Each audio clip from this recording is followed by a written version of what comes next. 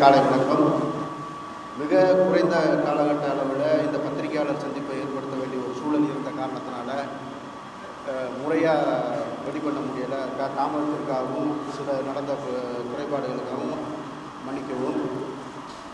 ஏற்கனவே கடந்த 27ஆம் தேதி பத்திரிகையாளர் சந்திப்பில் நாங்கள் பெப்சியின் 10 அம்ச கோரிக்கைகளை வலியுறுத்தி மாண்புமிகு தமிழக முதல்வர் அவர்களை சந்திக்கிறதா அவங்ககிட்ட எல்லாருக்கும் சொல்லியிருந்தோம்.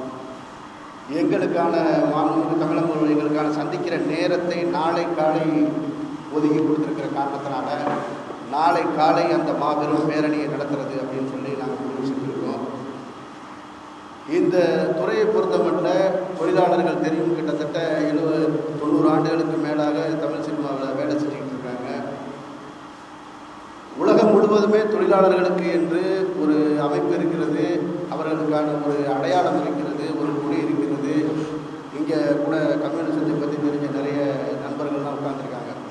ஆனாலும் திரைப்படத்துறையை பொறுத்த மட்டில் அதை ஒரு முறையான தொழிலாளர்களாக மட்டும் அங்கீகரிக்காமலே இருந்திருக்காங்க. எந்த அமைப்புகளும் எந்த சிவப்பு கொடியும் பெப்சிக்குள்ளே வரவே இல்லை.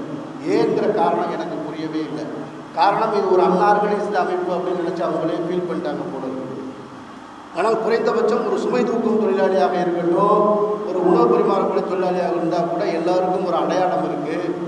இந்த திரைத்துறை மக்களை மகிழ்விக்கக்கூடிய இந்த திரைத்துறையில் உயிரை பணைய வச்சு மலை மேலே லைட்டு தூக்கிட்டு போகிறதா இருக்கட்டும், மழை பெஞ்சுக்கிட்டு இருக்கும்போது பிளக் பாயிண்ட் இல்லாமல் வயர் சொல்கிறதாக இருக்கட்டும், சண்டை காட்சிகளாக இருக்கட்டும், நடன அசைவுகளாக இருக்கட்டும், உடம்பு முழுவதும் மேக்கப் போட்டுக்கிறதா இருக்கட்டும், என்ன மாதிரி கஷ்டமான வேலைகளையும் செய்யக்கூடிய இந்த தொழிலாளர்களுக்கு என்று ஒரு முறையான அடையாளம் இல்லாமல் நீண்ட காலமாக இருந்துக்கிட்டு இருக்கு.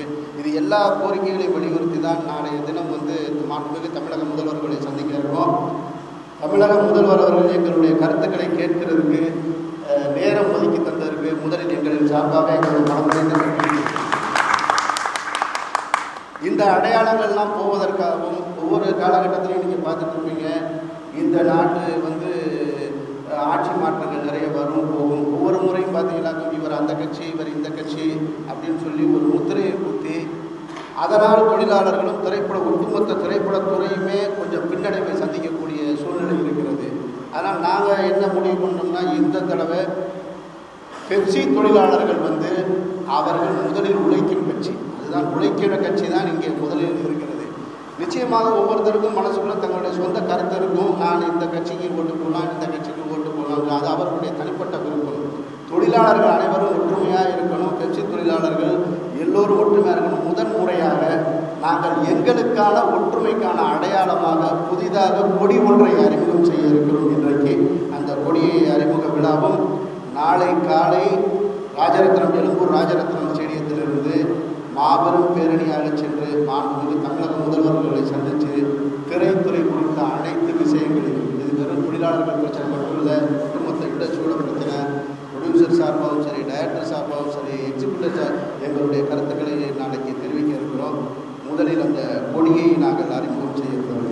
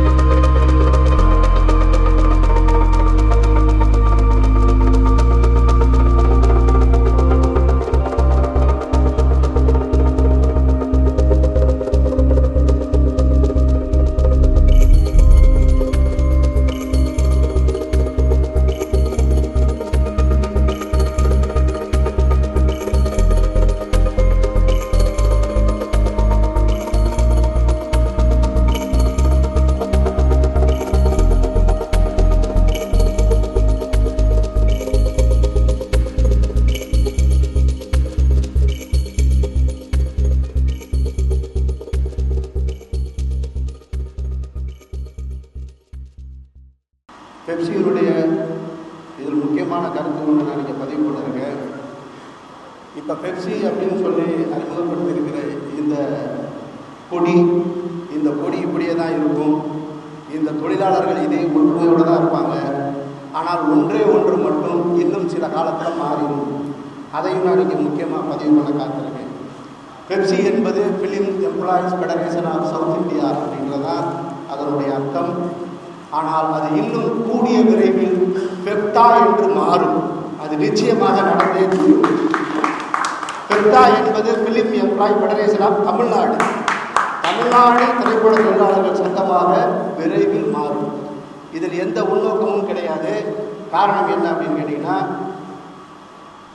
அந்தந்த முதல்ல சென்னை தான் முதல் முறையாக வந்து தாய் வீடு மாதிரி இருந்து, ஆந்திராவாக இருக்கட்டும், கர்நாடகாவாக இருக்கட்டும், மலையாளமாக இருக்கட்டும், எல்லாமே இங்கேருந்து தான் போயிருக்காங்க. ஆனால் இன்றைக்கு இந்த தொழில் வீரியம் அடைந்து வளர்ச்சியும் அடைந்து அந்தந்த மாநிலங்களில் அந்தந்த தொழிலாளர்கள் தனக்கான ஒரு சம்மேளனத்தை உருவாக்கி கொண்டு மிக பிரமாதமாக வேலை செய்ய ஆரம்பிச்சிட்டாங்க. ஆனால் இங்கேருந்து இன்றைக்கி ஒரு சண்டு கலைஞரோ ஒரு நடன கலைஞரோ மற்ற மாநிலத்தில் போய் வேலை செய்ய முடியாத ஒரு சூழல் ஏற்பட்டிருக்கு. காரணம் என்ன அப்படின்னு கேட்டிங்கன்னா, அந்தந்த மாநிலத்தில் இருக்கிற தொழிலாளருக்கு வேலை கொடுங்க அப்படின்னு சொல்லி அவங்களுடைய உரிமையை எடுத்துக்கிறாங்க. அப்போ எப்பொழுது நீங்கள் எங்களை விட்டு தனியாக பிரிந்து போயிட்டீங்களோ அப்போ நாங்கள் தமிழ்நாடு திரைப்பட தொழிலாளர்களாக தான் இருப்போம். ஆனால் சங்கங்கள் யாரும் பிரிஞ்சு போக மாட்டோம். இதே சங்கங்கள் இதே தான். எங்களுக்கான பெயர் மாற்றம் மட்டும் கூடிய விரைவில் ஏற்படுங்கிற தகவலையும் இங்கே நான் வெற்றி தலைவராக இருந்து நான் உங்ககிட்ட சொல்ல கடமைப்பட்டேன்.